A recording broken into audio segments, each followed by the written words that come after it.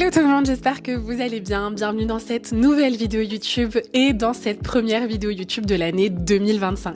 Aujourd'hui, je vais te donner des conseils pour briller en 2025, pour préparer au mieux ton année 2025. J'avais déjà fait une vidéo dans ce style en 2024, mais dans cette vidéo, je vais te donner 20 conseils bien précieux pour réussir à avoir une année 2025 de folie. Pour cette première vidéo de l'année, je tenais à vous souhaiter tous mes bons vœux. Voilà, bonne année à vous. Surtout la santé, le plus important pour moi, c'est la santé. Sans la santé, on ne fait rien. Donc je vous souhaite la santé, l'amour, la richesse et puis vraiment que tous vos vœux se réalisent, que ce soit de réussir sur votre chaîne YouTube, que ce soit de réussir sur vos réseaux sociaux, de découvrir un nouveau pays cette année, que ce soit de tomber amoureuse, de vous marier, bref, peu importe quels sont vos vœux pour cette année 2025, je vous souhaite qu'ils se réalisent tous et que vous soyez heureuse. Je ne le répéterai jamais assez, mais si tu ne mets pas en place de nouvelles routines dans ta vie, dans ta nouvelle année, ta vie et ton année 2025 sera exactement pareil que les années précédentes. C'est pourquoi avoir un nouveau mindset, intégrer de nouvelles routines et de nouvelles habitudes va t'aider à vraiment passer un step au-dessus et avoir une vie qui va te plaire beaucoup plus. Avant de commencer, je te laisse me suivre, n'hésite pas à me rejoindre, du coup à t'abonner et puis à liker la vidéo si elle te plaît et c'est parti, on commence tout de suite. Premier conseil, je te conseillerais de faire un social media reset. Donc qu'est-ce que c'est qu'un social media reset? C'est vraiment de soit faire une détox d'une application ou alors tout simplement de réduire ton temps d'écran. Va dans ton temps d'écran et regarde à combien d'heures, combien de minutes tu es. Si tu es à moins d'une heure, franchement bravo, félicitations. Dans cette ère des réseaux sociaux, je t'avoue que c'est hyper rare, donc continue comme ça. Si en revanche tu arrives à 5 heures, 6 heures, 7 heures facilement, c'est qu'il y a un petit problème, tu es peut-être trop sur ton écran, trop sur ton téléphone, trop sur tes réseaux sociaux. Bien sûr, si ton téléphone c'est ton outil de travail, c'est différent. Et si ton téléphone n'est pas ton outil de travail et que c'est juste du coup un loisir, passer plus de 7 heures sur tes réseaux sociaux, c'est énorme et c'est vraiment trop. Donc une fois de temps en temps, une fois par semaine, choisis de faire une détox et essaye du coup de moins être présente sur tes réseaux sociaux pour du coup en fait faire un peu de tri dans ta tête et essayer de faire vraiment les choses sans les réseaux sociaux. Par exemple, si tu vas marcher dehors, que tu vas prendre l'air ou que tu vas faire quelque chose, une activité, ne sois pas constamment sur ton téléphone. Tu n'es pas obligé d'écouter un podcast, tu n'es pas obligé de regarder une vidéo YouTube et pourtant je suis la première à faire des vidéos YouTube et j'ai envie que tu les regardes, mais il y a des moments pendant lesquels c'est important de couper et de vraiment ne pas avoir d'écran. Le social media reset pour moi c'est aussi faire du tri dans tes abonnements parce que des fois on suit des gens qui nous vont pour une période de vie et ensuite on arrive dans une autre période de vie où ces profils ne nous correspondent plus. Donc c'est important aussi de faire du tri dans tes abonnements, dans les gens qui te suivent et dans les gens que tu suis. Tu peux par exemple ne plus prendre de plaisir à regarder un profil ou alors ça peut te faire du mal ou alors ça peut ne pas t'inspirer en tout cas. Donc c'est important de faire du tri, il n'y a pas de mal à supprimer ou à unfollow, enfin franchement il faut pas avoir de pression là-dessus. Donc voilà, il n'y a pas de pression, c'est tes réseaux sociaux, c'est ta façon de gérer, donc n'hésite pas du coup si tu as besoin à unfollow. C'est ok. Deuxième conseil, ça va être de mettre à jour tes finances. Avec le Black Friday, avec Noël, les fêtes, les soldes, vraiment tout ce qui s'enchaîne, on a été un peu dans ce rush de dépenser, d'acheter, de consommer et même si c'est des périodes qui sont très cool et que oui c'est avantageux, ça reste des dépenses et ça reste du coup un rush de toujours acheter, même si c'est à des moindres prix, etc. ou que c'est pour les fêtes, pour faire plaisir. C'est important aussi de faire un low spend month, donc vraiment ce côté de moins consommer pendant un mois. Soit ne pas consommer, donc le no spend month, soit low spend month, donc moins consommer. Moi, je suis moins drastique, donc je dirais plus que le low spend month, c'est le mieux.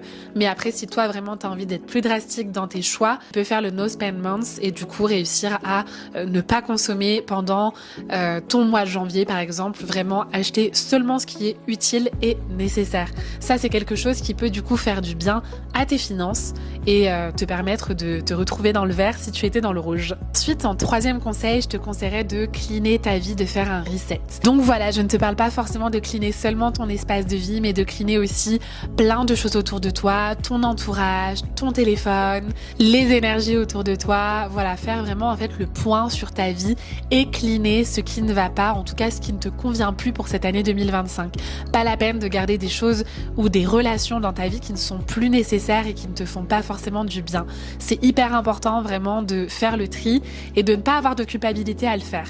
C'est hyper important que tu puisses t'écouter, apprendre à dire non à certaines relations, à certaines choses et apprendre à dire oui à de nouvelles. Quand je te dis de cleaner ta vie, ça peut être également de voir comment délaisser une habitude qui n'est pas forcément bonne pour toi et essayer du coup de réussir à en intégrer de nouvelles qui sont bonnes.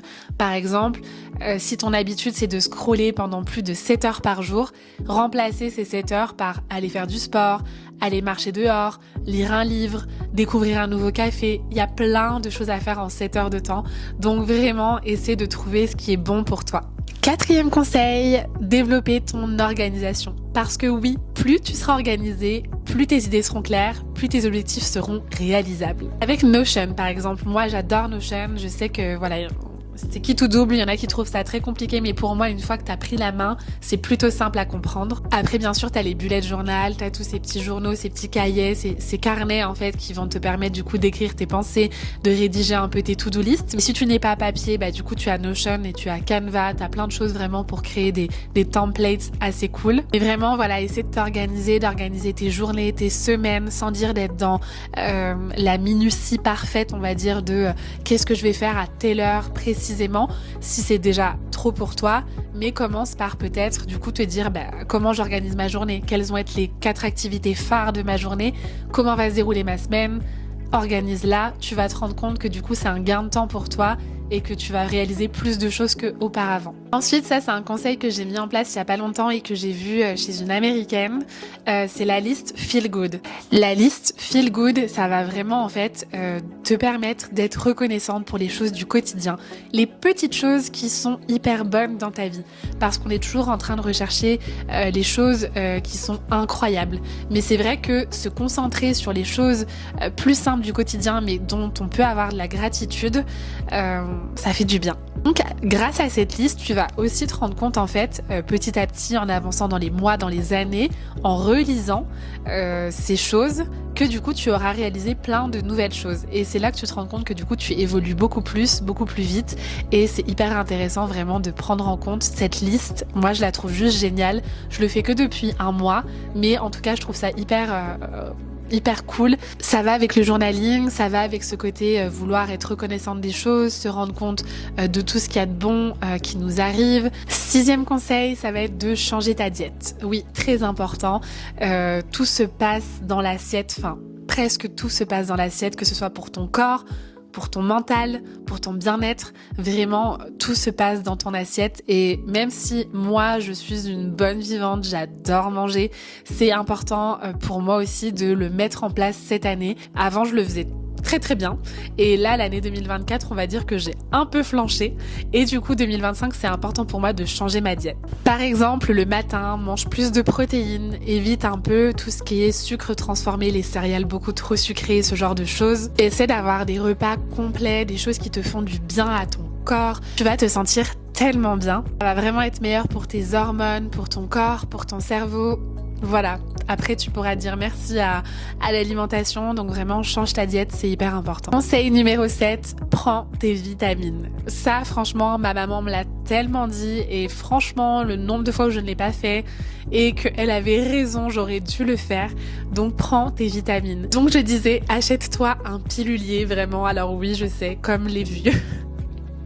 Mais je te promets que franchement tu seras plus organisée pour prendre tes vitamines. Personnellement moi je ne peux plus me passer du fer parce que je suis tout le temps anémiée, le magnésium et la vitamine C. Voilà, pour moi c'est les 3 hyper importants. Bien sûr il y en a d'autres, n'hésite pas à me partager d'ailleurs en commentaire toi les vitamines que tu prends, peut-être que ça pourra m'aiguiller ou en tout cas aiguiller d'autres filles qui regardent la chaîne. Conseil numéro 8, visualiser ton futur toi. Trop important. Vraiment pour moi ce conseil c'est un des plus importants, ça va avec tout ce qui est journaling, manifestation. Un peu un mood board à la Pinterest, tu peux te créer ça pour que du coup ça te permette de plus visualiser, mais tu vas te rendre compte qu'en fait plus tu visualises ton futur toi, plus tu as de chances de te rendre à ce futur toi.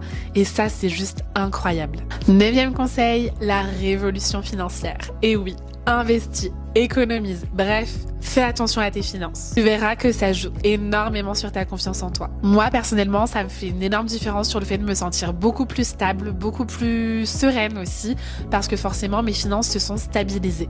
Si tu as besoin, tu peux toujours aller sur des applications pour t'aider à faire ton budget. 10e conseil, crée-toi une routine de positivité. Donc là, on revient sur le journaling. Par exemple, moi, j'ai le 5 minute journal qui va me permettre en fait d'être reconnaissante de choses au quotidien et de me rendre compte des petites choses qui parfois paraissent insignifiantes, mais qui ne le sont pas du tout. Ça peut être donc 3 choses dont tu es reconnaissante, 3 choses qui m'ont fait sourire aujourd'hui, 3 conversations que j'ai eues avec différentes personnes qui m'ont fait du bien. En fait, essaie de te rappeler et de te remémorer des choses qui t'ont fait du bien en ce jour, et tu vas te rendre compte que petit à petit, la vie est quand même jolie et que, en fait, dans ce quotidien parfois sombre, on a l'impression que rien ne va, etc. Il y a de jolies choses. Voilà, il y a de jolies choses et ça va t'aider à avoir un état d'esprit beaucoup plus positif. Conseil numéro 11, skin hack. Donc c'est un conseil qui coûte un petit peu plus d'argent. Donc ce conseil, ça va être d'avoir une skincare dans laquelle tu auras investi.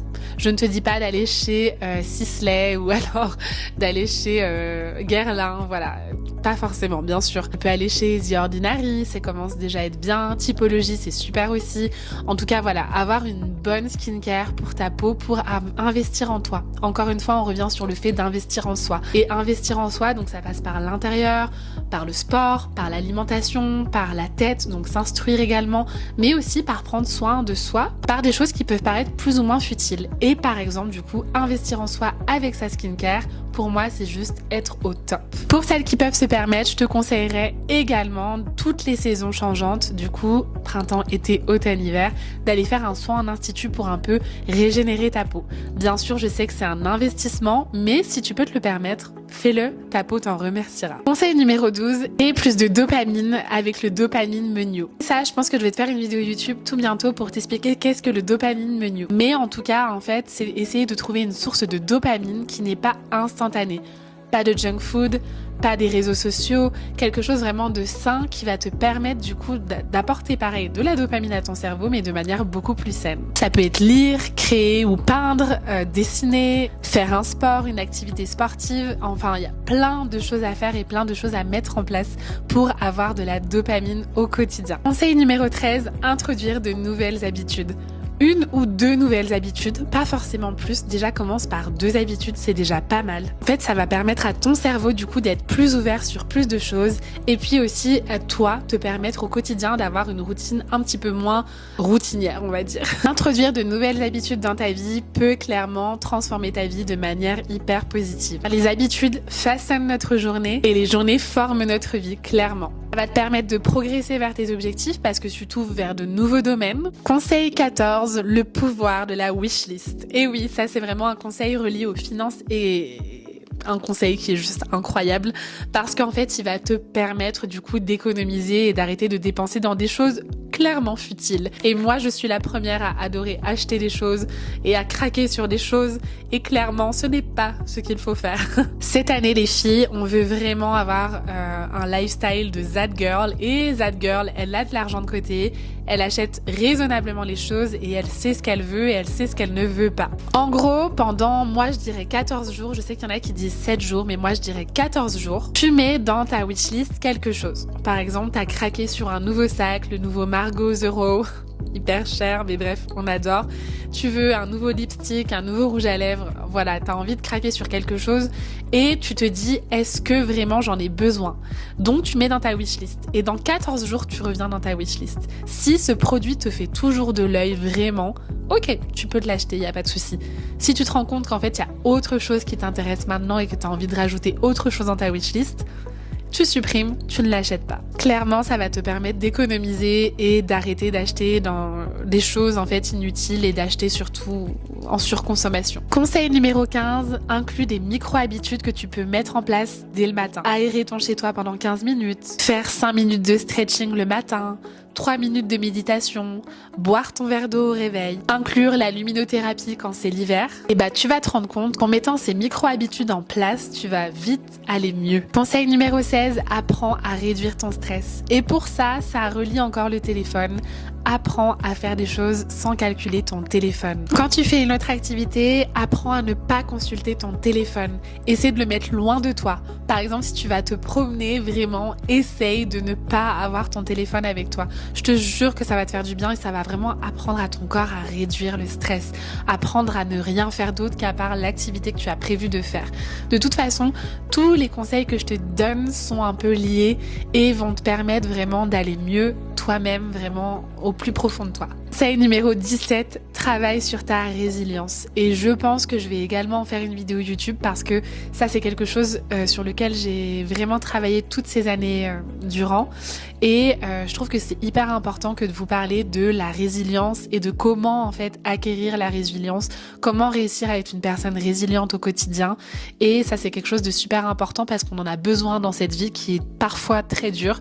Donc je pense que j'en parlerai dans une prochaine vidéo, dans un long métrage j'allais dire, dans un format plus long mais vraiment dédié à ça, et on en parlera ensemble. Mais apprends du coup à être plus résiliente, donc croire en toi, ne pas tout remettre au lendemain, et puis bien sûr ne pas tout abandonner quand il y a une petite faille, et essayer de croire en l'avenir même quand tout est difficile. Je sais que c'est pas facile, hein, clairement c'est très difficile, mais je te conseille de vraiment te pencher là-dessus, c'est hyper important, tu vas te rendre compte que ça peut t'aider vraiment dans plein de moments de ta vie. Conseil 18, fais-toi un vision board. Et oui, un vision board c'est super important, franchement je te conseille de faire un vision board de qualité et qui te convient à toi, qui sera personnalisé. Parce que des vision boards, on en voit partout, c'est très joli, mais en fait, il faut pas que tu le fasses seulement pour le côté esthétique, pas seulement pour ce côté aesthétique. Il faut vraiment que tu cherches à le rendre personnalisé à tes objectifs. Donc avant de mettre les jolies images Pinterest qu'on adore tant, il faut que tu poses sur papier tes intentions et ce que tu as prévu de faire, ce que tu as envie de faire, quels sont tes objectifs et tes attentes pour 2025. Et ensuite réalise ton vision board qui pourra t'accompagner tout au long de ton année 2025. Conseil numéro 19, alimente tes passions. Et oui, essaie d'avoir des passions qui sont vraiment purement des passions.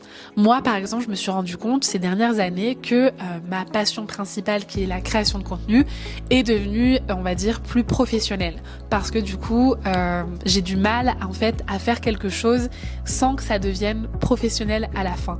Et je me suis dit que c'était dommage de ne pas avoir de passion, de créativité qui ne se transforme pas en productivité, on va dire. Donc, si toi aussi ça te fait ça, essaie de trouver des passions qui peuvent être seulement des passions en fait. Par exemple, j'ai testé le Heels l'année dernière et j'aimerais bien du coup cette année en refaire, du stretching aussi, sans que ça devienne professionnel, juste pour le bien-être, pour me sentir bien, pour tester de nouvelles choses. Et 20e conseil, passe du temps avec toi-même. Pour moi, c'est le plus important, ça va être de passer du temps avec toi-même pour te connaître toi. Et oui, parce que c'est super important d'apprendre à se connaître, de se sentir bien dans sa peau, de se sentir bien avec soi, et vraiment, quoi de mieux que pour se sentir mieux dans sa peau et se sentir bien avec soi, d'apprendre à passer du temps avec soi. Va au restaurant toute seule, va prendre un café toute seule, essaie d'aller t'instruire sur quelque chose toute seule. Voilà, essaie de faire une nouvelle activité en fait que tu n'as jamais faite toute seule. Et oui, je sais que c'est pas forcément facile, je te dis pas de tout le temps être toute seule, mais je te dis que de temps en temps ça fait du bien. Cette vidéo est maintenant terminée, j'espère qu'elle t'aura plu. N'hésite pas à me dire en commentaire toi quels sont tes tips pour du coup réussir à briller en 2025. Je te laisse me rejoindre sur cette chaîne, on se retrouve dimanche prochain pour une autre vidéo et je te dis à très vite, ciao!